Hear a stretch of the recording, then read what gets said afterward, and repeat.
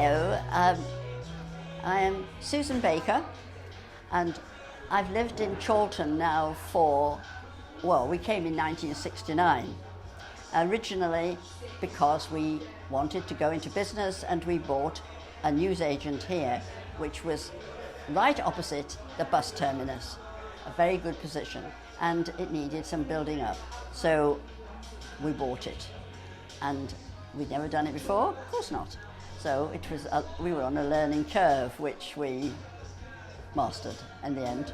Made a few mistakes, as we all do, but that's how you learn.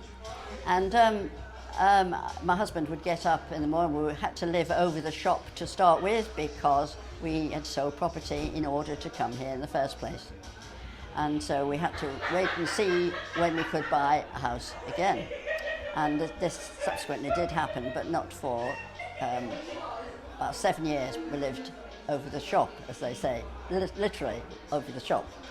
And then we bought a house in Chorlton, and I've been in this house now for between 40 and 50 years. I'm not quite sure how long. And we were here for 20 years running the business. And one Saturday morning, we had a very exciting thing happen.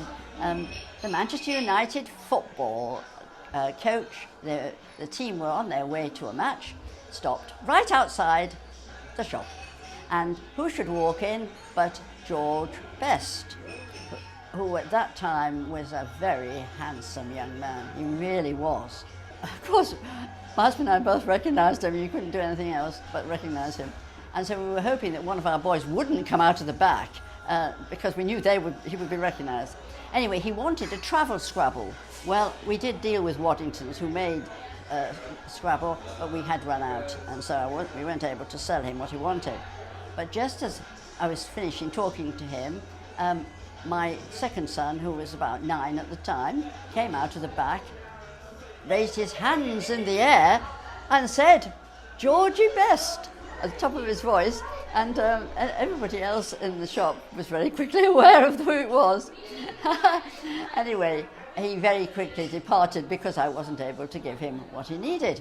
And off went the coach with the team, and there were all the well-known people on the, that we would recognise, but I just can't bring their names to mind at the moment. And that was a very, very exciting experience because we were on this particular road, Barlow Road, even in those days was a busy road, and the bus station much busier than it is now. Oh yes, because Trafford Park was a place where pulled workers in, and so of course there were buses, one after the other, waiting to go off to take people to work in the morning. And this isn't the case now. But an interesting thing is that it used to be a tram station, and when they were digging and repairing the road at one time, there were the tram lines underneath, all nice and shiny still, yes. And my son, who exclaimed at Georgie Best, told me this recently, just to refresh my memory when I knew I was going to talk about this, and he told me that about this particular incident. And he'd remember, even though he was only 9, when all this early stuff was going on, he's got a quite remarkable memory. And the whole of Chorlton has changed, not just Barlow Road. The whole of Chorlton has changed. There's a lot of young people here and living here, and they want to eat out all the time. And that's really the crux of it. It's the people that change things. What they want is what they get.